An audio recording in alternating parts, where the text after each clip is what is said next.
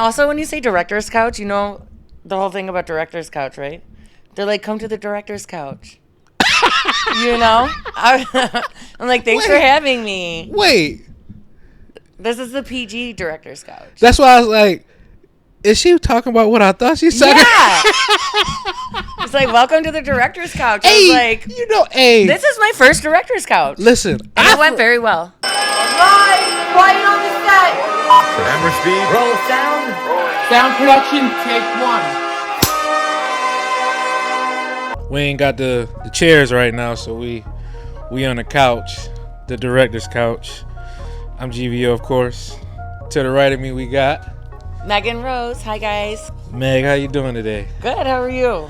Hanging in there. I'm hanging in there. Listen, I appreciate you coming on today. Yeah. Wanted to sit here and talk with you about a few things or whatever. Mostly in regards to like I know you do a lot of comedic stuff, but most importantly, let's give you a big shout out in regards to your cleaning business. Let's talk about that. Okay. Tell everybody as far as like your cleaning business, like what you do. Okay, yeah, for sure. So I own Rose Cleaning Company. Uh-huh. I have a business partner, Grace Turner. She's amazing. We've been open for 3 years. Come June will be our third year, and we have about like $700,000 in contracts. So we've been scaling like crazy, and we clean anything. Like we literally, one of our slogans is like, "If you dream it, we will clean it." Okay. Yeah. I got you. Yeah. Now let me ask you just to start it out. How did you come up with the idea of like wanting to start a cleaning business essentially? Right. That's such a good question because like growing up I never cleaned at all. Like literally even like my parents would be like, "Hey, can you help with the dishes?" And I was just like, "No, thank you." You know what I mean? I was like, "No, like why do I want to do that?" Like I literally told them for the longest time I was like, "I'm going to have a maid when I grow up." Uh-huh. And then after COVID, I just like went through some stuff and I was sitting there at a desk and I was like putting 40 hours, like inputting numbers. And I was like, even if I do the very best at this company, they're not going to pay me $1 million. Yeah. Right. And I was like, but if I put 40 hours a week into my own company, I was like, there's no cap at how much I can grow. And then I started cleaning on the side just for some extra money. And I really like the freedom of it. I like the instant gratification. You know, something's dirty, you clean it and then it's clean. Like, you know, super cool. And then I was like, I want to start a cleaning company. And then I got a call from a friend who had like 4 restaurants and was like, do you want to clean these restaurants? And it all started from there. Dope. Yeah. Dope. Now, within your journey, like with this cleaning business that you have too as well, because I know you mentioned as far as like the restaurants you started out with too as well. Now, besides the restaurant with this cleaning business, is there anything else as far as like additional services that you offer too as well with Roscoe?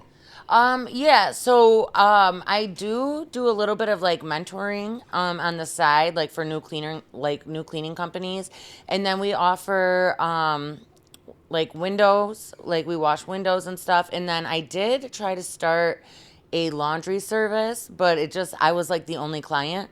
So, and then I also tried to start a car detailing company, and I did that for like 9 months. And again, I like ended up being like the only client, which was cool for me because I was getting like, you know, my car detailed for such a discounted rate, but it just wasn't feasible. So yeah, so we basically just do a lot of cleaning and then the mentoring right now. I got you. Something maybe in the future like to bounce back to? Yeah, possibly. I still have like all the tools and supplies for it and stuff like that, but we'll see. I got you. Yeah. I got you. Now, ideally, to go back and forth too, I know you said you had started out with doing it like on the side initially. Yeah. And then, of course, like moving forward too as well. Now, for anybody that don't know out there, Meg is indeed a comedian. So do not let the cleaning business fool you. Okay? Let's not let the cleaning business fool you. The lady is a comedian too as well. So let's talk about that a little bit. Okay. In regards to like the cleaning, the comedic side of you too as well. Yeah. Where did that start essentially for you too? Right. So, like I was saying, like after COVID, like, because I was just like living a crazy life. I partied all the time. Like, I'm telling you, like 5 out of 7 days. And then the other 2 days, I was just sleeping. And then I ended up getting COVID. I had partied everything away. So, like, I didn't have an apartment. I got kicked out of my apartment. My car got repoed. I lost my license. Literally had nothing. Lost my job.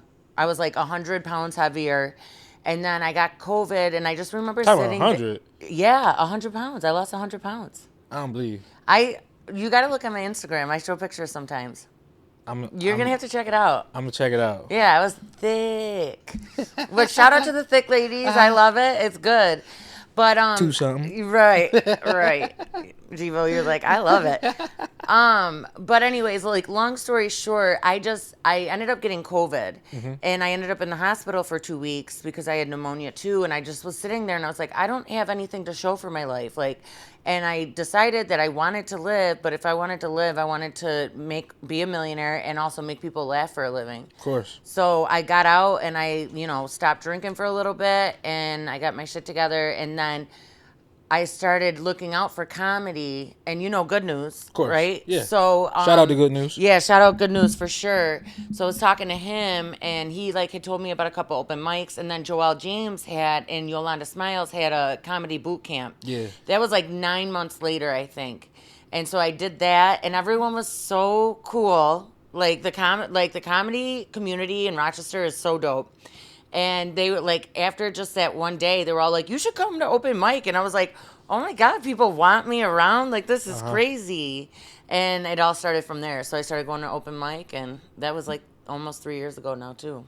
Okay. Now, real quick, because I got to bring this question up because we just talked about it a second ago off the camera. Now, you had just mentioned a second ago that it's easier for you to like just jump on the camera and just talk versus being on stage in front of people. Yes.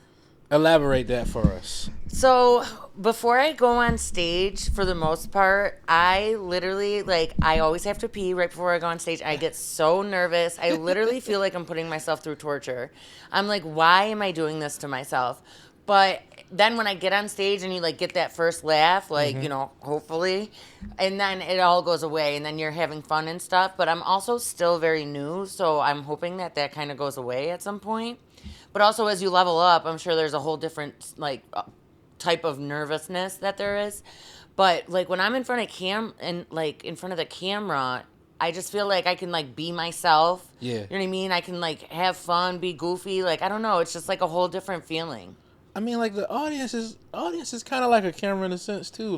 Yeah, I guess you can't that's control true. it. Is Right. I mean, essentially. So I guess that makes sense. Yeah. You know what though?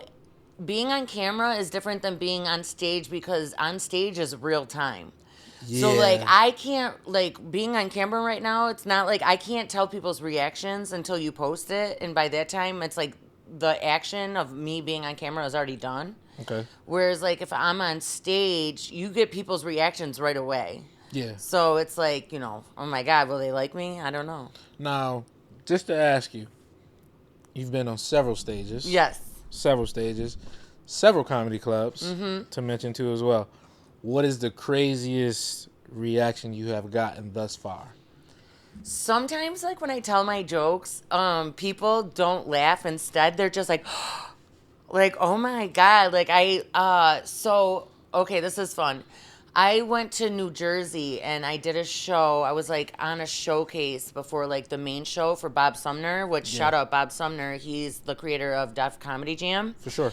And so it was going really good. And then I did my 10 crack commandment joke. I have a 10 crack commandment joke about when I tried to sell drugs, but I got high on all my supply. True story, by the way. And when I started doing that joke, the whole crowd went from laughing to all my beginning jokes to when I started doing that joke, they were all like, oh no, they, you know what I mean? And usually that joke kills. So I was just it's fine. You know what I mean? I don't do drugs anymore, but it was just funny because literally, it was a grown room. They were 50, 60, and stuff like that. And they went from laughing to almost feeling bad for me. I felt or whatever. I don't know. Or just being why did you do that? But it was still such a cool experience. And, I learn something every time I go on stage. So it's really cool. each experience, like when you step on stage, what do you take back, like in regards to like your private time, when you like, I'm gonna say like maybe practice, rehearse, or go over? How do you go about that? Yeah, so I try to record every time that I get on stage. Sometimes, like, I am not prepared and then I just have to run up there. But when it's good to record because then you can go back and look and then you see what jokes worked and what jokes didn't. What I've been learning recently is that, like, I have been trying to be more in the present when I'm on stage, so that way, like, I'm not like sticking to a script. You know what I mean? Because like I have my jokes all memorized, but sometimes people react in a certain way, and I want to be able to hit on that. Or like when I first get on stage, I want to be able to say something that like brings the whole crowd to the present moment, like hit on, oh, these lights are like this or whatever, and just be funny in the moment. Yeah. Because I feel that I am very, very funny in the moment. But sometimes, like when I get on stage, I also like, depending on like where my mind is at that day, sometimes I feel like I'm talking at the audience and not like with them.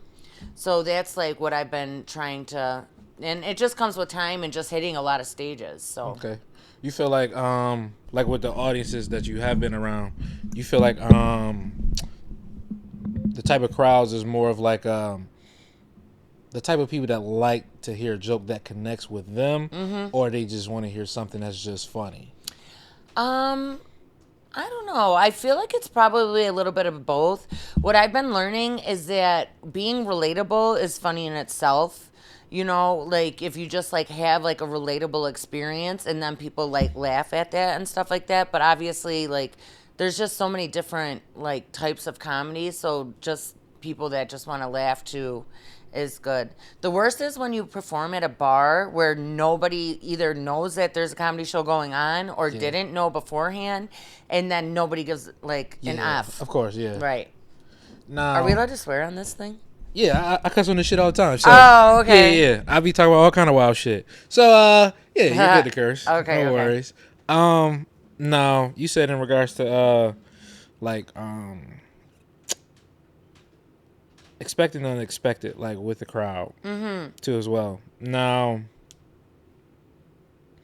my question in regards to like expecting the unexpected, when you see other talent that is around you too as well, how do you gravitate to like maybe you see some material that's like, hey, that might be good, but maybe I might could remix something like that? Do you pick and choose or anything off of like other artists that's there? Well, other comedians, excuse me. Right. So like I guess that you're saying like if I get like motivated by like their sets or something like that or whatever.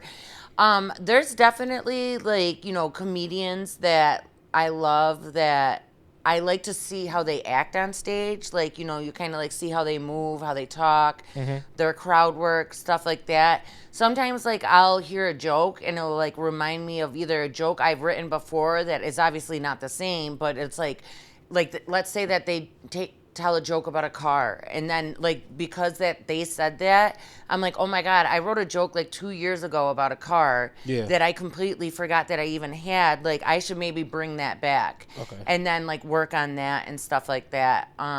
But there's like, you know, I don't even think, is motivation the right word? Inspiration. There you go. Right. There's inspiration in everyday life, like with people and other comedians and stuff like that. So it's really cool. Like I love being around comedians. Obviously, it's my favorite thing. Have you ever experienced yet like where there's like a killer joke maybe you might have wrote or you seen somebody else wrote, and have you ever seen anybody steal anything yet in a sense?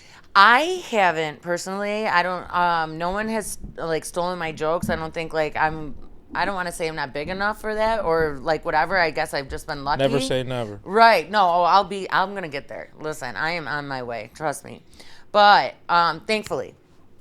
But anyways, but I have heard of like people stealing other people's jokes, you know what I mean? Or I've like heard other comedians tell a joke that I know that they have a joke, and then later heard someone else tell that joke, and then, you know, and then I don't care, okay? I'm not a snitch in real life, but when it comes to comedy, I will straight up text that comedian and be like, hey, this person just told your joke. Like, you know what I mean?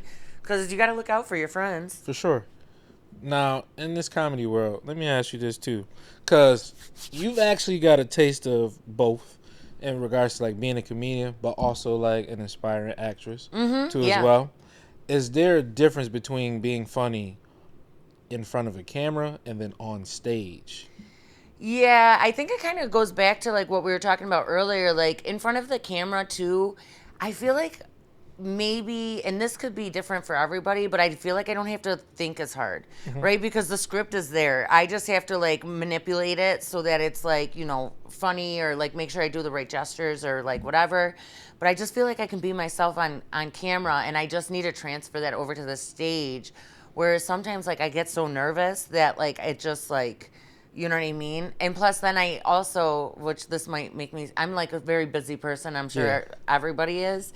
But like, when you do stand up, you got to come up with your own material. You know what I mean? For sure. So, like, For sure. that takes, time and effort, and then trying it out and everything like that. Whereas, like, if you're in front of the camera and you're doing a script, it's like somebody else's work. So, it's like, Of course.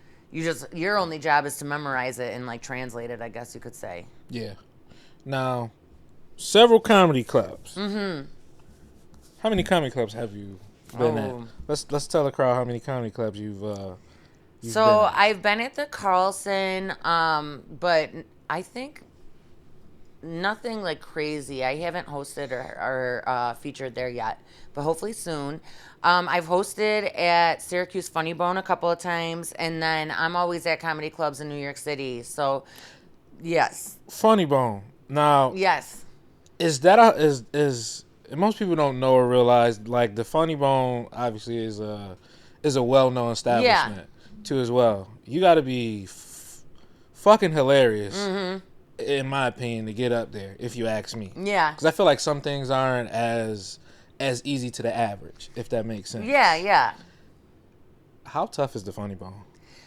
Honestly, I mean, okay, so the first time I hosted it, I was nervous beyond your wildest dreams. I literally was so nervous. I was like just trying to like remember my jokes and stuff.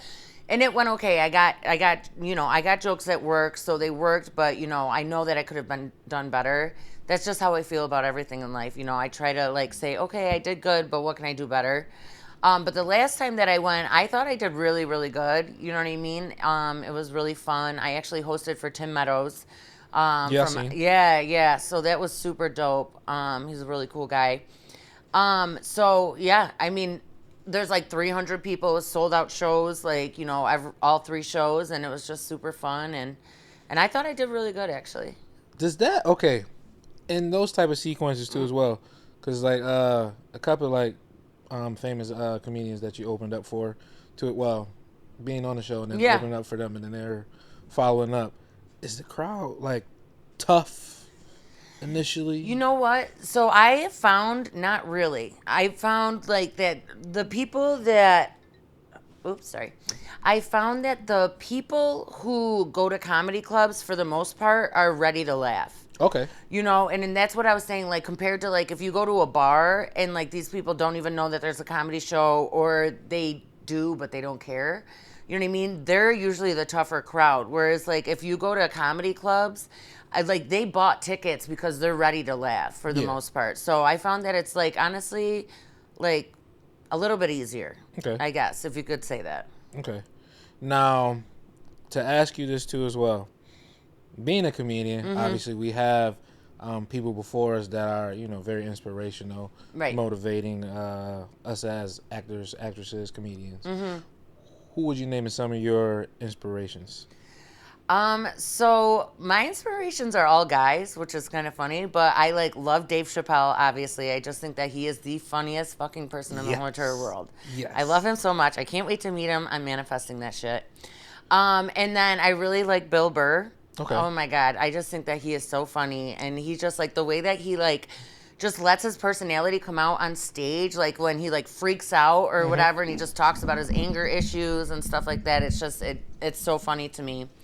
And then this is kind of so I just opened for Jessie May Peluso too. Of course. And she is so funny. Like literally, like so she's like a new like I want to like follow in her footsteps because she is like goofy and like weird in a like obviously an amazing way on stage. Like you can just tell, and she just like when I saw her, I was just like, wow, she is amazing. So I'm definitely a big fan of hers too. Okay. Yeah, yeah. So, who would be in your top 3 as far as like all-time comedians? All time, probably like I said, Dave Chappelle, Bill Burr, and then I really like. I gotta look up her name. That's how I'm so bad. I'm like a bad comedian because I don't know any other comedians. It's like Eliza. It's like Eliza. Oh, okay. I don't even know how to say her name, but it's Eliza Sling Singer. Not ringing a bell I to me. know. I It's know like Bill Burr though. it's this. Yeah, it's just like this little petite white girl, and she's just really goofy again on stage. Like she moves all over the place. She's very funny. What about Dave Chappelle? Like inspires you, honestly. So I like Dave Chappelle because there's so much truth to his comedy. Like he's not just out there talking about nothing. Like he like literally has like truth behind it. And then like, just like it's like I don't want to say it's preachy, but it's like he's talking about something. And that's what I want to do with mine. I want to talk about like real life stuff, but then also make it funny, you know what I mean? So Definitely. yeah, so I love that about him. Yeah, I've always been I always loved Dave Chappelle. Mine's would be Eddie Murphy, Okay. Martin Lawrence, of course, and then Yeah. Dave Chappelle is Okay. definitely in there. As far as like within like my actors and comedians, Yeah, yeah, for yeah. sure, for sure. Like I don't know what it is, but yeah, like you said, his like style of like it's preachy, Yeah. it's honest truth, but Right. it got a sense of humor to it too as well, where you like. It's not cut. Well, it is cutthroat. I'm not Right. gonna lie to you. Right. But it's also it takes the edge off of it as well. Yes, exactly. So like the way like just be talking about like real life shit, and it just like captures me so much, and I'm like, oh my god, he's so right, and then boom, hits you with a freaking hilarious joke, and I'm just like, dude, that's amazing. So for you, with those people, being your inspiration, what exactly inspires you to do comedy? I love that question. So I feel like all of America kind of, but I like, grew up just with depression and all that other stuff, and it's like it's been really bad at certain points in my life. Now it's like, I'm thankful that, I came out on the other side.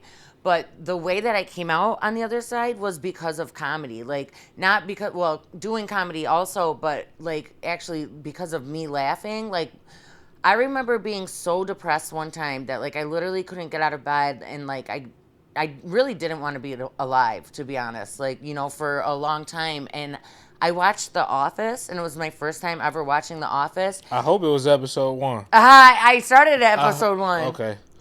I started at episode 1, and I literally stayed in bed and watched like all freaking 6 or 7 seasons, however many there are. And I just remember being like, it just put me in such a good mood. It made me feel like life was okay. You know what I mean? And I was like, I want to do this for other people. Yeah. You know what I mean? Like the people that are like depressed and like, don't even know if they'll make it to tomorrow. Like make them laugh and realize that like, tomorrow is going to be okay. Like, Exactly. as long as you stay laughing, you'll be okay. Steve Carell is 40-year virgin. Yeah. He's yeah, a go. it's Come so on good. now. Listen. Okay. Can you relate to him? Steve Carell, yeah. Yeah, no, the 40-year-old virgin. Whoa, wait. I'm just kidding. I'm just kidding. Now at I'm gonna say up to about as a teenager, yeah, I could. You're like But 14-year-old version, okay? Yeah. Like actually, Steve Carell is what I know how most people like they separate whatever, but Steve Carell is what introduced me to like I'm gonna say white comedy. If that makes sense. Okay, cool. Yeah. So once they started doing like Steve Carell movies, I'm gonna say Seth Rogen too as well. Yeah. Like what is it called? Is it Badass? No, not Badass. No. What is it about? Three of the high school boys. They go into I can't remember what it's called. Superbad. Yeah, Superbad. There you go. Yep. Superbad. Steve Carell. Seth Rogen. That's what introduced me to like white comedy growing up too as well. And I was like, yo, these guys are fucking hilarious. Yeah.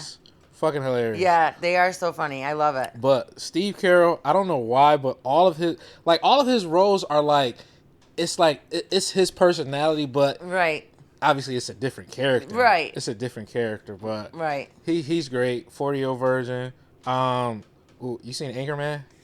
Anchorman? Anchorman. Oh, Anchorman? Yeah, of course. Anchorman. Oh my God. Okay, and we can even talk about. I love Anchorman. So funny. Oh my gosh. Why am I blanking on his name? Will Ferrell. Oh yes. Okay, Will Ferrell. So freaking funny. Oh my gosh. He's like, I don't speak Spanish. Yeah. Yeah. Why did you even mention that? I know. Oh my God. He's so funny. He's hilarious too. I would. Can you see him like doing like stand up essentially? Who? Will. Will Ferrell.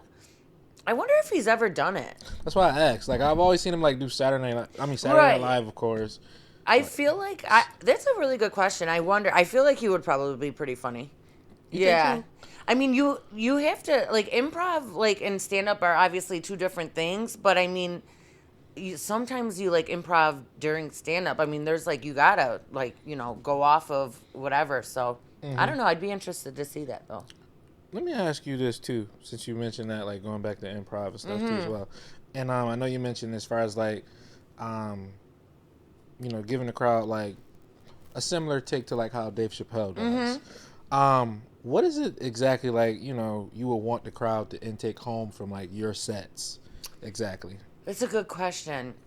I don't think like I'm at the point right now, but like eventually, like my goal. Again, never say never. You Oh not yeah, there. I said right now. I'll be there soon. Yeah. It's a progress. You're there Yes. now. Okay, I see. You're there now. Right, there we go. Right, the manifesting thing. There right you now. go. There yes, you go. right now. But it would be that, like I was saying earlier, that life is okay. So like if basically I want to be able to like tell a story about my life, but obviously make it funny and then also have like little hidden gems of like life is okay, like you can come from a shitty situation and still like be okay. Now, let me ask you this too. Because I see like sometimes too as well, like with different comedians, I'll see them in a sense where like they'll third person like a situation that ideally is theirs too as well. Do you often or have you ever like third person like a joke where it's really you but you're referring as if it was someone else? No, I haven't. I always am just like, yeah, I did this, I did that. You know what I mean? I only say that because I've seen like too as well like with some of like Dave's stuff. Not saying that he essentially like it was him, but it sounds like sometimes like it could have been him. Yeah. Essentially, that went through it or whatever, or obviously experienced it too as well. That's why I just asked. Yeah, no, I get it. That's like I feel like that's like saying like asking a question and being like it's for my friend. I'm asking for a friend. They most people they do that shit now. Like I know. I'm asking for a friend. I'm asking for a friend, but really it's for me. Yeah, it's really you. I don't know why they. No, I try to I own my shit. I mean, I'm like I had a crazy life. You know what I mean? A lot of my jokes are based off of like the crazy shit that I've done. You know what I mean? And I'm just like, yeah, I mean, that's who I was. And, this is who I am now. So. Okay. Now, let me ask you this. If there was a new comedian starting out, essentially, what piece of advice you would give them? That's a good question.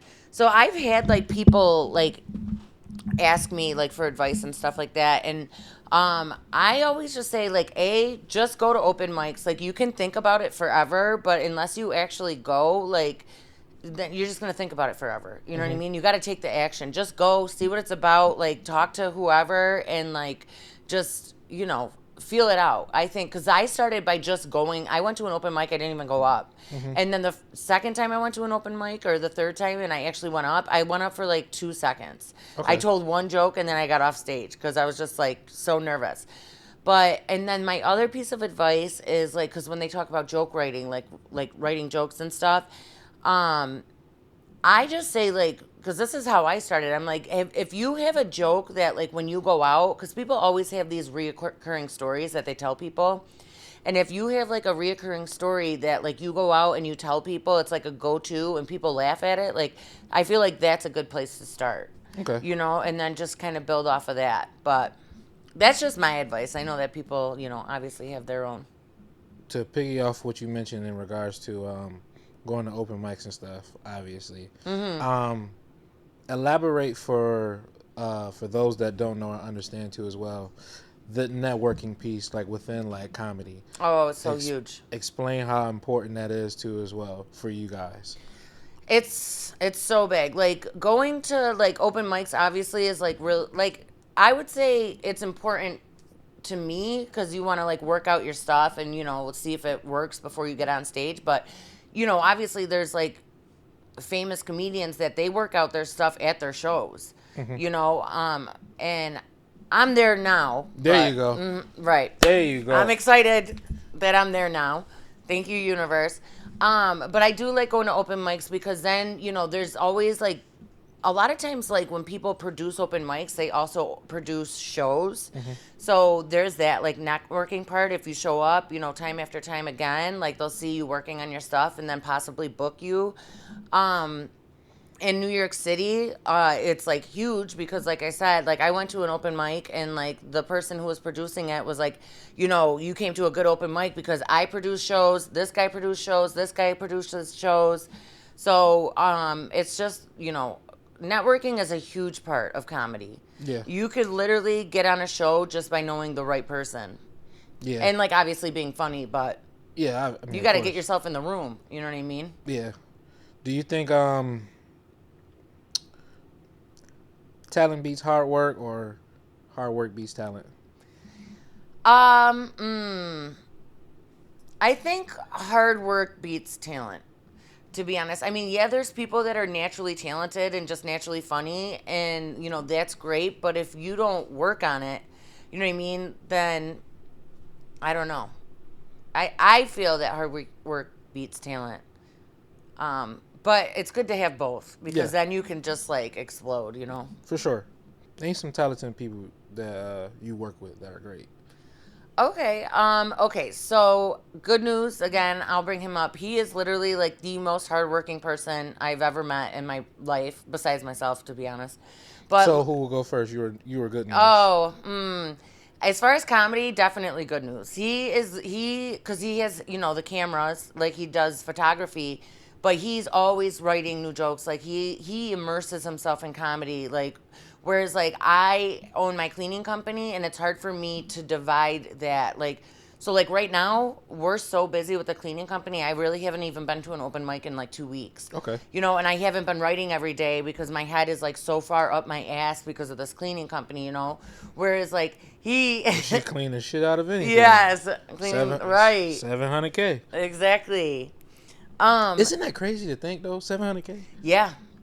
It is. It's amazing. I mean, obviously we have a lot of employees and, with like more money comes like more expenses and stuff like that. But that's like one of the most proud things that I'm so proud of it, because I really worked really hard for it, We're going after $1 million by the end of the year. So 2 months. Yeah. $1 million in 2 months, not 2 the end months? of the year. 2 months. August? What is it? I don't even know what freaking month it is. It's what is it? May. Yeah. June, July. I think you could do it. We can, manufacturing plants are where it's at. Those are like $100,000 contracts. So. Literally. Yeah. So we've been going after them. Literally. Mm-hmm. Okay. Let me ask you this question because I love asking everybody this question. You have to give you're going to actually have 2 parts. Okay. To this question, actually. So the first one I'm going to give you so you'll understand it. If you had to go back to a certain age in time and either change something or do something specifically, what age it would be and why. That's the first one. Mm-hmm. The second part is going to be your comedy journey. Yeah. If there's a certain time period you can go back and do something specifically, what would it be and then why? Okay, I love that. Okay, so for the first part, if I could go back to any age, what age would it be and what would I do differently? I would go back to high school when I was like about 15 or 16 years old, and I would just tell myself like to respect yourself more. Don't let these people like walk all over you, and don't do things because you think that people will like you because of it. That would be my biggest thing. You know what I mean? And let people come to you. Like, I was always like trying to get people to like me. And it's like, if you just be yourself, now I know this, you know, if you just be yourself, the right people will gravitate towards you. And then as far as comedy, I would go back to the very beginning because I honestly dated this comedian that ended up being like not the best. And I jumped in like with both feet and dated him. And then I was like, damn, there's so many other hotter comedians in Rochester I could have dated. And I just like really fucked myself for that. Now, in show business, like with relationships too, let me ask you that. How difficult is it to like date when you're in show business, essentially? That's such a good question. And we were like kind of talking about this before, right? So I feel like I personally wouldn't be able to date someone who had a 9 to 5 or like any really like not even I don't want to say real job or any like, you know, any job like that. I need someone who is creative, who like is an entrepreneur and stuff like that because they need to understand that I'm traveling all the time. You know what I mean? That I'm going to be talking to like different people. They have to be secure, like knowing that I'm going to be networking and all this other stuff. So, I really don't like, I haven't really dated, anybody in the last, like since I started comedy that has been anyone that wasn't a creative. Okay. Yeah, so I just am like, that's what I'm like. I'm like, I want someone who gets the lifestyle, the jet setter lifestyle, you know, the TV lifestyle, director lifestyle, all of that. You know, I just want to be immersed in that type of, you know, vicinity. If I dated someone that like had a 9 to 5 and they were like, oh my God, this paperwork was so hard today, I'd be like, bro, you need to quit your job and do something better with your life. Like, this is crazy. I swear to God, I would not be able to do it. Oh my God, this paperwork was hard today. Like, no, okay? So, and no shame on someone who works 9 to 5s. If that's what you want to do with your life, that's amazing. This is just me personally. I'm trying to get out of it. Ah, Devo, you freaking look at you have a podcast. I'm trying to get out of You're it. so funny. You have a podcast. You're always doing extra stuff. It's not. It would just be if someone like for me. It would just be if someone that's all that they did. You know what I mean? know. Like you're I know. working for the weekend or. I don't know. I don't understand how people can do that shit, like, regardless. Because it's like, my life is kind of controlled based off of, like, a salary that is unpredictable tomorrow. Right. Oh, like you right. stated. Like, I can't, I mean, yeah, I understand, like, I can work today and I get fired tomorrow. I probably can go find another job. But imagine how long that'll take to find another. I can't do stuff like that. So, honestly, well, I love this kind of stuff, too, as Yeah, well, of course. essentially. Like, obviously, I like being behind the camera. Yeah. Me jumping in front of the camera is a little different, too. I love it though. You should keep it up. I'm trying. Yeah. I got no choice. I'm in the hole right now, so I got You no. got it. You got it. Right now. Remember? Yeah. Manifesting it right You now. got it. Manifesting it right now. Meg, I appreciate you coming through. Yeah, this was so fun. Spending some time with us. You got to come back on another segment. too, Yeah, as well. absolutely. Yeah. I mean, anytime. I love the camera. I love you, Jivo. Thank you. I appreciate Remember you when we too. first met? Yeah. Oh, Remember shit. we did that skit? So, you talking in the kitchen? Yeah. Yeah. Yo, that was a that was With Yasmin and Carvin yes, that was and Tyler. damn, that was crazy because that was the first. Quan hit me and was like, "It's so weird hearing me say that sometimes, like calling him Quan." I know. I was thinking about it earlier. I was like, do they have the same name? So, partially yes. Okay. So, his is Jaquan, mine is Shaquan. But Oh, okay. Gotcha. I don't Okay. know. It's weird because like now he don't call me nothing else but GVO from now on. Yeah. Like he don't even call me Quan no more. Oh, okay. Whatever. Sometimes he do, sometimes he don't. Yeah. Whatever. But it'd be weird. So, it was crazy that he was like, yeah, I'm trying to do this setup for today, like with a bunch of different creators coming in or whatever. I was like, all right. He's like, you cool with everybody coming? I'm like, yeah. Yeah. Or whatever. So I met you that first day. I think I met Yaz too that first day. I think I met Tyler already. I think I met Tyler like maybe like a couple weeks prior to that or whatever. Really? Yeah, probably like. Oh, I thought you guys were okay. Got you. Nah, I think I had just met Tyler around that time period, just like everybody. Well, Quan been working with him, but just like everybody else. But it was crazy, like that day, like just to see what y'all all like created and cooked up to. I thought that was a very interesting day. I was like, okay, like you can see like everybody's different niche. Like Yeah. with you, then I was like, oh, okay, you do comedy or whatever, that Right. type of. Damn. Now I even thought about it. I thought it back. I brought it back too. You had wrote me beforehand when I was trying to do like a short film. Oh Yeah, you yeah. had wrote me beforehand. I was trying to do the short film, and then I still got the email. You had That's wrote me. hilarious. Oh my god, I remember. Yes. Yes, you wrote me, and I was like trying to do the short film, and then I swear it was like instant. It was like a week later. Yeah. That happened. I manifested it. Yeah. A week later, manifested it. That happened. Quan was talking about it or whatever, and he was like, "Yeah, this is other guy or whatever that's trying to do such and such," and I was Yeah. like, "Yeah, that's me or whatever." Yeah. Oh right. Yeah, right in the kitchen. That was so funny. That's why I was like, "Yo, okay." Yeah. It's just crazy how you like. I was so nervous that day. Oh my god, because that was like such stepping out of my comfort zone. But like, what I've learned about life is like, and I learned this like right after COVID too, because like when you level up, you know, there's always every time you level up, you're gonna be uncomfortable. Of course. So I was like, you got to be comfortable with being uncomfortable. And then I just like I pushed myself to come here. Yeah. Even though like the easy thing would just to be like hide in my room because I was like I don't know what I'm gonna walk into, and then I just sat there and I just chilled out, and then I ended up having like the best time ever, and I met the coolest fucking people. Yeah. And now look at we're all doing work all these years later. Rocking and rolling. Amazing, love it. Man, that's crazy. Hold on, let me, Brings it back. I'm gonna ask you one more question Okay.